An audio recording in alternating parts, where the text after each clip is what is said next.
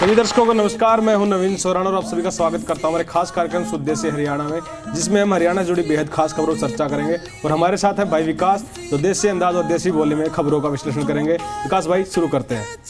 सारे भैया ने राम राम, मैं सु विकास और स्वागत करूँ थारा हमारे खास कार्यक्रम शुद्ध देसी हरियाणा में। और मेरी गले से भाई एंकर नवीन, जो तुमने बताओगा हरियाणा की दासू और दाकड़ खबर। हाँ भाई नवीन, सुना फिर। तो विकास भाई, आजकल सरकार कह रही है कि हम हरियाणा के गांव में 24 घंटे बिजली दे रहे हैं, फिर तो गांव वालों की मौज है।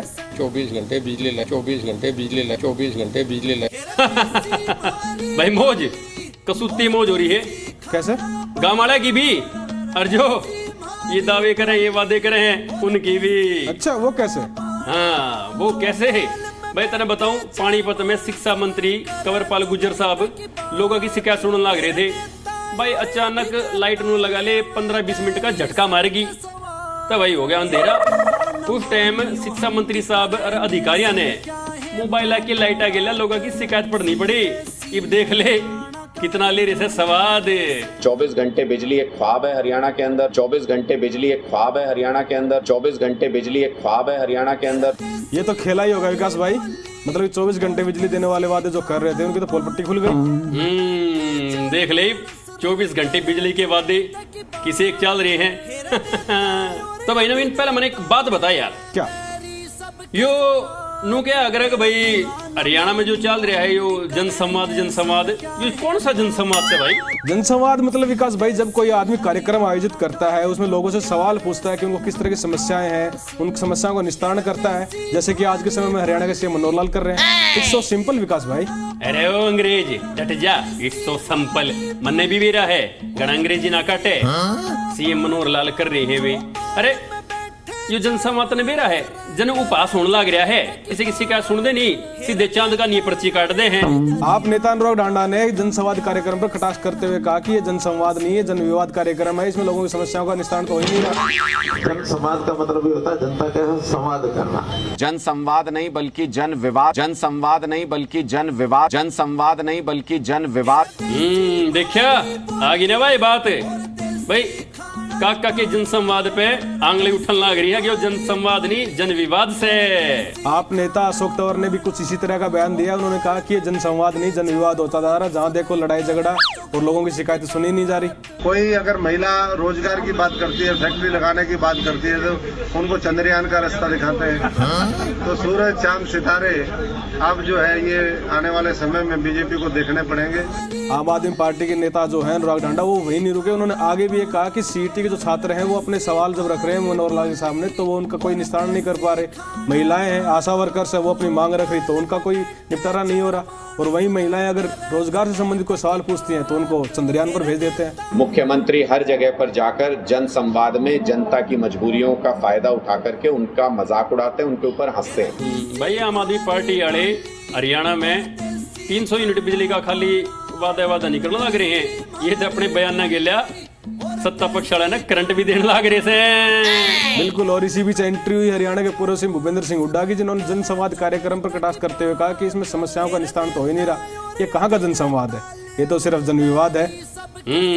लोगों की समस्या सुननी चाहिए, जो समस्या उसका समाधान निकालना चाहिए। कोई भाषणबाजी नहीं होती वहाँ, कोई भाषणबाजी नहीं होती वहाँ, कोई भाषणबाजी नहीं होती वहाँ। जनसंवाद थोड़ी करते हैं, वो तो एक प्रदर्शन करते हैं सरकारी।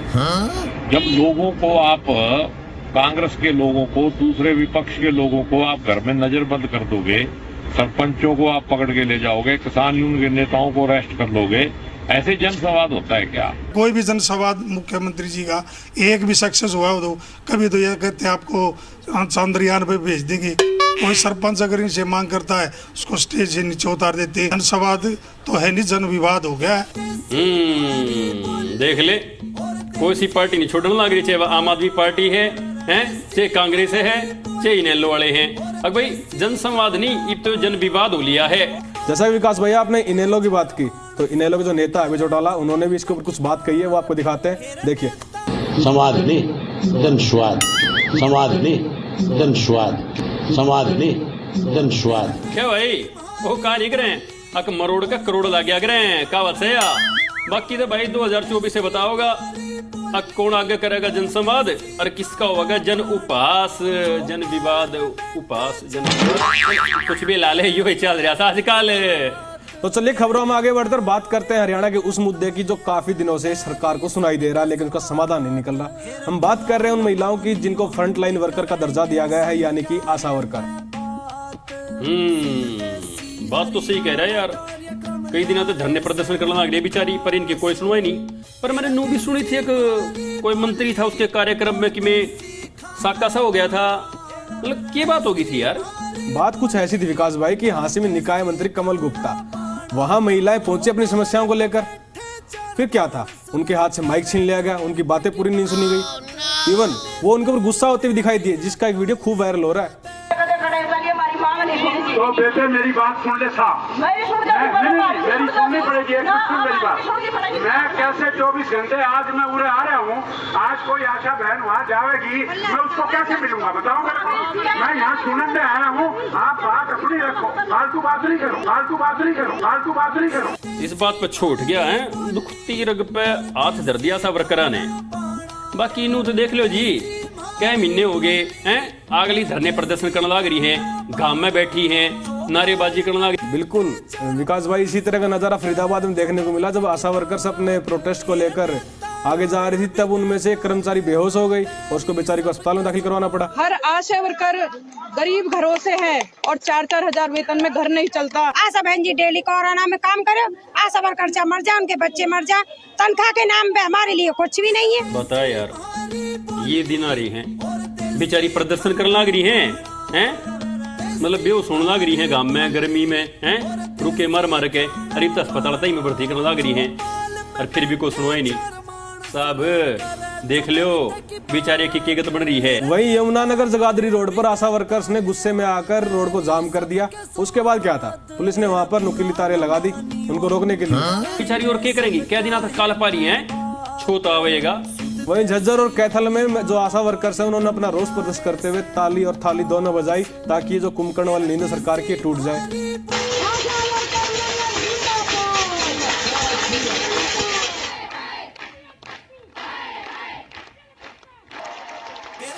सरकार थाली बजवावे तो शान से हैं, अरे मतलब ये फ्रंट लाइन वर्कर थाली बजाने लग रही, फिर सरकार अनजान से, मतलब कसूता काम हो रहा है। भाई आपकी थाली तो सबने सुनी थी, साथ भी दिया था, ये बेचारी थाली पिटने लग रही है तो इनका नहीं कोई ध्यान नहीं, इनका कि मैं साथ नहीं, इनकी मांगा पे कि मैं गौर नहीं, रखी में तो शर्म कर लो हैं। बिल्कुल सही बात है विकास भाई। वहीं आशा वर्कर्स का कहना है कि उन्हें 26,000 रुपए न्यूनतम चाहिए मासिक, और साथ ही उन्होंने ये कहा कि जो उनकी जो बुनियादी जो 40 काम है उसके अलावा भी सरकार उनके ऊपर डेली अलग अलग काम का प्रेशर डाल रही है। ना ही पिछले साल से उनका जो मानदेय है या फिर जो वेतन वृद्धि है वो भी नहीं हुई है। सरकार लड़की बचाओ बेटी पढ़ाओ का नारा देती है और उन्हीं पढ़ी लिखी लड़कियों को सड़कों पर बिठा रखा, उनसे कोई बात भी नहीं करती। इसका हर्जाना जो है ना वो आप सरकार भुगतते ही रहेगी। तनख्वाह तो इतनी सी है, काम इतने हैं और महंगाई का बोझ तो समझ ले, क्यों काम चल गया यार। सही बात है विकास भाई, काम इतना तनख्वाह इतनी और उसके बाद क्या होता है, सिर्फ हड़ताल। इसी को लेकर आप नेता जो अनुराग डांडा है उन्होंने कहा कि ये हरियाणा प्रदेश नहीं, ये हड़ताल प्रदेश हो गया है। पूरा प्रदेश हड़ताल प्रदेश बन चुका है, पूरा प्रदेश हड़ताल प्रदेश बन चुका है, पूरा प्रदेश हड़ताल प्रदेश बन चुका है। भाई बात तो सही है, एक हड़ताल खत्म नहीं होती, एक और शुरू हो जाए। अरे भाई पहला हरियाणा दूध दही है, अरे हरियाली के नाम तो जाना जाया करता, और आजकल तो भाई हरियाणा ने हड़ताल प्रदेश के लग रहे हैं। शर्म वाली बात सही यार। तो चलिए खबरों में आगे बढ़कर बात करते हैं हरियाणा की। 2024 की बारी किसकी कितनी है तैयारी। बता दो भाई तक जीते हैं के कम ऐसे हरियाणा के बयान वीर बयान बहादुर। तो चलिए बताते हैं हरियाणा के बयान बहादुर क्या कह रहे हैं। आप नेता सुशील गुप्ता, उन्होंने हरियाणा कांग्रेस में चल रही गुटबाजी को लेकर कहा कि क्या सिर्फ हरियाणा में हुड्डाई कांग्रेस है, रणदीप सुरजेवाला, कुमारी सैलजा या किरण चौधरी वो कांग्रेस नहीं है, और साथ ही 2024 के विधानसभा चुनाव आप पार्टी अपने अकेले लड़ेगी। क्या आप भूपेंद्र सिंह हुड्डा को कांग्रेस मानते हैं?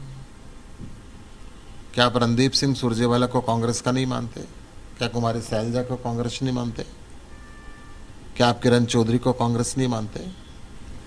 क्या कांग्रेस का मतलब हरियाणा के अंदर एक व्यक्ति रह गया। भाई हरियाणा कांग्रेस में एकला चलो की नीति तक कई महीने नहीं कई साल चल रही है। बाकी विकास भाई, विपक्ष चाहे कितने भी आरोप प्रत्यारोप लगाए, लेकिन हुड्डा साहब का जो अपना एक तरह से कहें हम उनका घमंड है या फिर जो आत्मविश्वास है वो हाई है। वो ये कह रहे हैं कि 2024 में हरियाणा में कांग्रेस की सरकार बनेगी। 2024 में कांग्रेस की सरकार बनेगी। 2024 में कांग्रेस की सरकार बनेगी। भाई नवीन, आत्मविश्वास की बात तो सही है भाई, आत्मविश्वास हुआ है ठीक से, पर अति आत्मविश्वास वो कई बार नुकसान भी कर जाया करे। वही कांग्रेस के जो हरियाणा प्रदेश अध्यक्ष हैं उदयबान, वो भी फिलहाल पूरे कॉन्फिडेंस में, और वो कह रहे हैं कि 2024 में जो लोकसभा विधानसभा के चुनाव होंगे उसमें हरियाणा सरकार में कांग्रेस अपनी सरकार बनाने जा रही है। कांग्रेस पार्टी पार्लियामेंट में 10 के 10 सीटें जीतने जा रही है। विधानसभा में 70+ हमारा रहेगा। उदयबान साहब, बात आप सही कह रहे हो हैं, पर लोगों ने वो भी देखा था पाछे से कि जो कांग्रेस में चल रहा था घमासान हैं, घुसंडम घुसंडा, जूतम जूता हैं, वो भी लोगों ने देखा था। जिसने भी देखो हाउस द जोश बलिया हाई सर। बस विकास भाई, रस्सी जल गई पर बल अभी तक नहीं गया। हैं? क्या कह रहा है बावड़ी बूच? नाच कड़वाला गए तने? मैं नहीं कह रहा ये कह रहे हैं आप पार्टी के नेता अशोक तंवर। उन्होंने कहा कि हुड्डा साहब अपने घमंड में इतने चूर हैं कि उन्होंने ना अब तक संगठन बनने दिया ना बनाया, और वो बेड़ा गर्क कर रहे हैं एक तरह से कांग्रेस का। रस्सी जल गई बल नहीं गए, रस्सी जल गई बल नहीं गए, रस्सी जल गई बल नहीं गए। अच्छा यह बात थी कि माना लग गया कि भाई मेरे तो कहने लग रहा है, चल मतलब कोई बात नहीं, ठीक से। अच्छा तेरे कान पकड़ के सॉरी। मेरे कान। चलिए खबरों में आगे बढ़ते और बात करते हैं हरियाणा के ओम प्रकाश धनखड़ जी। ओम प्रकाश धनखड़ जो बीजेपी के बड़े नेता हैं हरियाणा के, उन्होंने जो कांग्रेस में गुटबाजी चल रही है उसको लेकर कहा कि यहाँ पर प्यार मोहब्बत की दुकान में लात घुसों का प्रसाद बट रहा है। कांग्रेस की तो घर में ही जूतम पजेर चल रही है, मोहब्बत की दुकान में नफरत का प्रसाद बट रहा है। प्रसाद तो बट रहा है, लात घुसे का। गुटबाजी घुसंडबाजी तो चल रही है, पर मैंने सुनी थी अरे धनखड़ साहब की में मनसा और बढ़न लाग रही है। बिल्कुल बढ़ रही है मनसा तो विकास भाई। उन्होंने कहा कि जो हरियाणा में उनकी हार हुई पिछले चुनाव में, उसके बाद भी बीजेपी ने उनके ऊपर लाड़ प्यार दिखाया और उनको मुख्यमंत्री के बाद दूसरा सबसे बड़ा पद हरियाणा में दिया है, और अब की बार अगर जनता चाहेगी तो वो सीएम भी बन सकते हैं। पार्टी ने खूब प्यार दिया, चुनाव हारने के बाद भी मुझे नंबर 2 की कुर्सी पर बैठा दिया, लेकिन भाई 1 नंबर आने में चुप कर बैठे जा, जब जनता को आशीर्वाद मिले पार्टी नहीं बैठा सकती। समझ गया? ये एक पार्टी का बैठाना है। पोछा पकड़ कर हाथ पकड़वा बात बोले भाई हैं? मतलब इलेक्शन आ रहे थे फिर भी बीजेपी वाले ने पद दे दिया। अरे मनसा और बढ़ने लगी है, फिर तक काका का ही पत्ता काटना हो रहा हमारा बेटा। 16 आने सच्चा विकास भाई ये बात तो। लेकिन वही कांग्रेस की जो नेता है कुमारी सैलजा, उन्होंने गुटबाजी पर कहा कि हरियाणा की जो कांग्रेस है उसमें अगर कुछ गलत हो रहा है तो कार्यकर्ता उसके खिलाफ आवाज उठाते हैं, वरना कहीं भी कांग्रेस में कोई गुटबाजी नहीं है। कांग्रेस पार्टी बड़ी पार्टी है, यहाँ पर हम सब अपनी अपनी बात रखते हैं। हाँ बात सही कह रहे हो मैडम जी, कोई गुटबाजी नहीं है, कोई घुसंडबाजी नहीं है, मतलब कांग्रेस वाले आराम ते प्यार ते मिल बैठ के गड़बाई भर के और आपस में प्यार ते मतलब बात करने लग रहे हैं। अगर जी मारा नाम ले लो, हमने टिकट दे दो, मारा CMO से और मारा कोई गुटबाजी नहीं। ठीक कह रहे हो। वैसे विकास भाई आप पेन किलर कब लेते हैं? पेन किलर भाई जब भड़क बैठ जा, सरदर्द तक पटन हो जा, और वह तेरी भाभी दापली भड़क बिठा दे, सरखाई जा, फिर मतलब थका रखा मैंने पेन किलर लेनी पड़े। पर तू यह बात क्यों बुझ जैसे? ये बात मैं नहीं कह रहा विकास भाई, ये हरियाणा के पूर्व सीएम भूपेंद्र सिंह हुड्डा की जो पत्नी है आशा हुड्डा वो कह रही है। वो ये कह रही है वो झज्जर जब भी जाती है तो रोड इतना खराब है कि उसमें गड्ढे ही गड्ढे हैं, और घर आने के बाद उनका पूरा शरीर जो है या फिर सिर दर्द है वो रहता है, तो उन्हें पेन किलर लेनी पड़ती है। मनोहर सरकार ने फिर पिछले 9 साल में गड्ढे ही गड्ढे दिए और कुछ नहीं दिया। मैं रोहतक जाती हूँ ना, तो मुझे रात को कमर दर्द की गोली लेकर ही लेटना पड़ता है। सड़क ढूंढने से नहीं मिलती, केवल और केवल गड्ढे हैं। आज की सरकार को आप कितने नंबर दे रहे हैं? बहुत बड़ा 0। गड्ढे गड्ढे तो सड़का मंदिरे हैं भाई, बात तो ठीक है। मतलब सरकार ने बे गड्ढे 9 साल में भी भर में मतलब टाइम ला रखे, भरे नहीं गए हैं। बाकी कांग्रेस के टाइम में भी कोई रोड अमरीका वाले ना थे भाई। जब भी ओडिशा नुए पाटे अंडे थे, जब भी नुए खासड़ा में दही नुए चकोड़े खावा थी, वहीं हरियाणा बीजेपी नेता कंवरपाल गुर्जर ने जो कांग्रेस है उसकी गुटबाजी को लेकर और इंडिया गठबंधन को लेकर एक कटाक्ष किया। उन्होंने कहा कि जो खुद की पार्टी नहीं संभाल पा रहे वो गठबंधन में दूसरी पार्टियों को कैसे संभालेंगे। ऐसे कई लक्षण तो दिखाई नहीं देते जहाँ एक पार्टी को चलाना मुश्किल रहा कांग्रेस के लिए, उसमें ही उसे गठबंधन करना पड़ेगा, तो अन्य पार्टियां जो बाहर है उनके साथ कैसे चलेगी, मुझे समझ नहीं आती। बात तो सही है यार, अपना कुण बात संभालदा नहीं, दूसरे ने क्या संभालोगे हैं? वही आम आदमी पार्टी के नेता अशोक तंवर, जिन्होंने कभी बीजेपी के पन्ना प्रमुख के पन्ने फाड़ने की बात की थी, उन्होंने गुटबाजी को लेकर कांग्रेस की अनुशासनहीनता बताई। अनुशासनहीनता, गुटबाजी ये तो है ही। तो आपने गाना सुना ही है, तू मेरे सामने मैं तेरे सामने, तुझे देखूं, आगे का तो उनको आता नहीं, तो देखने में ही लगे हुए एक दूसरे को। बात तो सही कहो तंवर साहब, पर इस बार आम आदमी पार्टी इलेक्शन में अपनी जमानत बचा ले, इस बात पे ध्यान जरूर दियो। वहीं जो आपके नेता हैं वो back to back Congress BJP सबको लपेटे में ले रहे हैं। अनुराग ढांडा, उन्होंने ये कहा कि जो कांग्रेस में गुटबाजी चल रही है नूरा कुश्ती है। संगठन का नाम लेने भर से उनके बीच में जूते चप्पल चलने शुरू हो गए, एक दूसरे को थप्पड़ मारने लगे कांग्रेस के कार्यकर्ता। तो इनके बीच में कांग्रेस के नेताओं के बीच में नूरा कुश्ती और लड़ाई चल रही है, ये आपस में लड़के खत्म हो जाएंगे। अच्छा है, नूरा कुश्ती, भाई बात तो सही कहे हैं, गुत्थम गुत्था हो ही रहे हैं, गलत थोड़ी गई है। अगर भाई ये तो चल दे रहे हैं कांग्रेस में नूरा कुश्ती। और हर बार की तरह इस बार भी बैक एंट्री मारी इनेलो के नेता अभय चौटाला ने। उन्होंने कहा कि कांग्रेस में कभी भी लोग एक नहीं हो सकते, ये आपस में लड़ते झगड़ते रहते हैं, इसलिए लोग इन्हें पसंद नहीं करते। और जो कांग्रेस ने पीछे कार्यक्रम चलाया था हाथ से हाथ जोड़ो, वो ये हाथ से हाथ जोड़ो कार्यक्रम नहीं था, वो हाथ से हाथ तोड़ो कार्यक्रम था। पहले हुड्डा से ये पूछो कि तेने बहुत जोर लगा कि ये कहा था कि मैं मुख्यमंत्री बनूंगा, अब ये बात कहनी बंद क्यों कर दी? अबे चौटाला साहब ने भी घाट ना गाली है कहने में, पर बाकी दुखी तो ये भी हो रहे हैं, कदे उस बढ़ जा हैं, कदे उस बढ़ जा हैं, कदे किसी के लिए मेल मिलाप करने की सोचे हैं, कदे अपने साथ दे नहीं रहे, एक दूसरे के सारे जाना चाहें। तो चलिए खबरों में आगे बढ़ते हैं और बात करते हैं दोस्ती की। भाई नवीन, तू मन लगा बात कर रहा है इनेलो की। बिल्कुल विकास भाई, हम बात कर रहे हैं हरियाणा की इनेलो पार्टी की, जो बिना दोस्ती के अपना वर्चस्व बचाने की कोशिश कर रही है। वर्चस्व की लड़ाई भाई नवीन, वर्चस्व की लड़ाई। इनेलो वाले अपने बिल्लू भाई साहब इंडिया गठबंधन का पार्टनर बनने खातिर जी तोड़ मेहनत करने लग रहे हैं। बिल्कुल विकास भाई, आने वाली 25 सितंबर को चौधरी देवलाल जी की जयंती है और उसके लिए इनेलो के जो नेता हैं ओम प्रकाश चौटाला और अभय चौटाला, वो पुरजोर कोशिश कर रहे हैं कि इंडिया गठबंधन के जो बड़े लोग हैं, बड़े नेता हैं, वो इसमें शामिल होकर उनका मान सम्मान बढ़ाएं और इनेलो पार्टी को भी इंडिया गठबंधन में शामिल करें, जिसकी शुरुआत ओम प्रकाश चौटाला 1 साल पहले ही कर चुके हैं। हमारे महागठबंधन के नेता 25 तारीख को आएंगे। इसकी शुरुआत चौधरी ओम प्रकाश चौटाला ने पिछले साल 25 सितंबर को फतेहाबाद में करी थी और आखिर में जाके विभिन्न रैली करनी पड़ रही है। भाई रैली तो करनी थी देवीलाल जी की जयंती के चक्कर में, लेकिन उन तो दिखाना भी तो था, अगजी मंच पा लियो और हम भी से हमने भी गठबंधन में गाल लियो। बिल्कुल विकास भाई, वैसे इनेलो के जो पुराने संबंध है बड़े नेताओं के साथ वो बहुत पुराने और उनके खास भी हैं और आज से पहले वो एक साथ दिखाई भी दिए हैं। इसी सिलसिले में अभय चौटाला ने कहा कि जब कांग्रेस देश को खा रही थी तब उन्होंने प्रदेश में बीजेपी के साथ सरकार बनाई थी, और जब फिलहाल वही काम बीजेपी कर रही है देश को खाने का, तो वो उन्हें कांग्रेस से कोई परहेज नहीं है। देख ले भाई नवीन, राजनीति हो गई इसी चीज से हैं, मतलब कल तय जो फूटी आंख नहीं बावा थे हैं, मतलब आख्या में रड़के थे और आज उनने खातर पलक बिछाने तैयार से।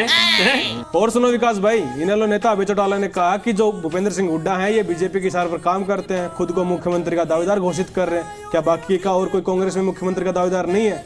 और जब इनेलो अगर गठबंधन में शामिल हो रहा है, इंडिया गठबंधन में शामिल हो रहा है, तो उनको क्या दिक्कत हो रही है, वो क्यों अड़ंगा बन रहे हैं? हुड्डा किस लिए बिना मतलब बड़बड़ करे, हुड्डा किस लिए बिना मतलब बड़बड़ करे, हुड्डा किस लिए बिना मतलब बड़बड़ करे। ले भैया, तो वही बात होगी, अक गुड़ खावे और गुलगुलिया तो परहेज है। मतलब कांग्रेस से कोई दिक्कत नहीं है, पर कांग्रेस वाले हुड्डा साहब तो परहेज से कमाल ले है तो बात भाई। अरे आप नहीं, इनेलो के जो नेता है अभय चौटाला, उनके बड़े भाई अजय चौटाला। अच्छा, न्यू का है ना यार। क्या कही? अजय चौटाला ने यह कहा कि जो इनेलो है और जो उसके जो प्रमुख हैं ओम प्रकाश चौटाला, ये पिछले इतने सालों से कांग्रेस की बुराई करते आ रहे हैं, उनका विरोध करते आ रहे हैं और आज वो 75 पार वालों की जाके गोदी में बैठ गए। जिन चौधरी ओम प्रकाश चौटाला जी ने और इंडियन नेशनल लोकदल ने सारी उम्र कांग्रेस का विरोध करने का काम किया, आज वो चौधरी देवीलाल की सम्मान दिवस की रैली के लिए कह रहे हैं कि भूपेंद्र हुड्डा भी उस रैली में आए तो हम उनका स्वागत करेंगे। अजय चौटाला साहब वो दिन भी याद कर लो जब इलेक्शन था पहला आप बीजेपी ना जम का कोसो थे हैं, और फिर सरकार बनाने का टाइम आया तब आई बात होगी, मिले सुर मेरा अर्थारा ते सुर बने मारा। तो चलिए खबरों में आगे बढ़कर बात करते हैं हरियाणा के उस ज्वलंत मुद्दे की जिसको लेकर सियासी पारा हाई है। सियासी पारा ही नहीं, नेताजी भी लपेटे में है। हम बात कर रहे हैं नो हिंसा की। बता दो भाई तक आज फिर इतना ज्वलंत मुद्दा से क्या चल रहा है, किसने क्या कही, चलिए बताते हैं। बीजेपी के सांसद अरविंद शर्मा, उन्होंने मोनू मानेसर को क्लीन चिट देते हुए कहा कि मोनू मानेसर गो भक्त है, गो रक्षक है और सनातन का भी वो रक्षक है। मुझे नहीं लगता कि मोनू मानेसर का किसी भी घटना में कोई हाथ, वो बिल्कुल पाक साफ है और गौ सेवा के लिए वो काम कर रहा है, गौ माता के लिए काम कर रहा है, सनातन धर्म के लिए काम कर रहा है बहुत अच्छे तरीके से। सांसद साहब ने तो कती क्लीन चिट दे रखी है। अगर भाई अगला गो भक्त है और गो संरक्षक से हैं? पर यार जब इतना सब किमे था तो इतना शुद्ध था, पाक साफ था, तो अगला इतने दिन तक लुकदा क्या था अंडिया, यह बात समझ में नहीं आ रही। इसी बात को लेकर कांग्रेस के नेता है आफ्ताब अहमद, उन्होंने कहा कि वो गोरक्षक नहीं नरभक्षक है और जितने भी जो हिंसा हुई नूह में उसके लिए वो जिम्मेवार है, क्योंकि बड़े बड़े जो गैंगस्टर्स हैं उसके साथ उसके रिश्ते हैं। आखिर उसकी मंशा क्या थी इतने बड़े लोगों के साथ उसके रिश्ते बनाने की, और जो हरियाणा सरकार है उसको पूरा संरक्षण प्राप्त था। क्या मोनू मानेसर अब भी इनकी नजरों में जो है वो दोषी नहीं है? हम तो पहले दिन से कह रहे हैं, जब ये हुआ भी नहीं था, जब शेखपुर का मामला था, कि ये गौरक्षा के नाम पे नरभक्षक है। बात तो सोचने वाली है यार। गो रक्षक से भाई नरभक्षक, वो तो भाई मतलब जांचे बताओगी, पर मतलब सवाल तो उठेंगे यार हैं? अगर भाई इतने बड़े बड़े गैंगस्टर आगले का नाम क्यों कर जुड़न लग रहा है हैं? सवाल तो उठेंगे और सवाल के चक्कर व्यू में सरकार भी आओगी। वहीं इनेलो नेता अभय चौटाला ने मोमन खान की गिरफ्तारी पर कहा कि सरकार अपने गुनाह छिपा रही है। अगर उनके पास ऐसा ही कुछ था तो उन्हें इस चीज का पहले से ही खुलासा कर देना चाहिए था। मोमन खान को जो गिरफ्तार किया गया है, जिस ढंग से एसपी ने प्रेस कॉन्फ्रेंस करी है या एसपी ने जिस ढंग से अपनी तरफ से उसको बताया है, अगर मोमन खान इस मामले का दोषी है तो उसके खिलाफ सख्त कार्रवाई हो। और अगर सरकार सिर्फ अपने आप को बचाने के लिए मोमन खान को बलि का बकरा बना रही है तो ये गलत। इस मामले की इंक्वायरी जो है जुडिशियल इंक्वायरी होनी चाहिए। मुख्यमंत्री का बयान था, मुख्यमंत्री ने ये कहा था इसमें बड़ी साजिश है, तो साजिश है, फिर मुख्यमंत्री ने उस साजिश का पर्दाफाश करने की कामरों को प्रस्ताव को नजरअंदाज क्यों किया? इसमें सरकार बहुत बड़ी दोषी है, इसलिए दोष मुझे लगता है किसी दूसरे पे बढ़ना चाहिए। देखिया भाई पहले खुलासा ना करया हैं, और बाकी बताओ तो जाचेगी। इतने दिन तक ताम झाम चल रहा था हैं, पुलिस की कार्रवाई, जांच पड़ताल, गिरफ्तारी तो खैर घनी लेट करी है इनने, बाकी इतना साका उतर रहा है कि तो मतलब कुछ तो होगा ना भाई। बिना चिंगारी के धुआं क्यों कर निकलेगा, कुछ तो भीतर भीतर चल रहा होगा। बिल्कुल विकास भाई। वहीं पूर्व मंत्री अशोक अरोड़ा कहना कि हरियाणा सरकार द्वारा जब पूरे मामले की जांच के लिए एसआईटी गठित कर दी गई थी तो हरियाणा गृह मंत्री मोनू मानेसर को किस तरह क्लीन चिट दे रहे थे, वो अपने गुनाह छुपा रहे थे, लेकिन अब धीरे धीरे उनकी सारी पोल पट्टी खुल चुकी है।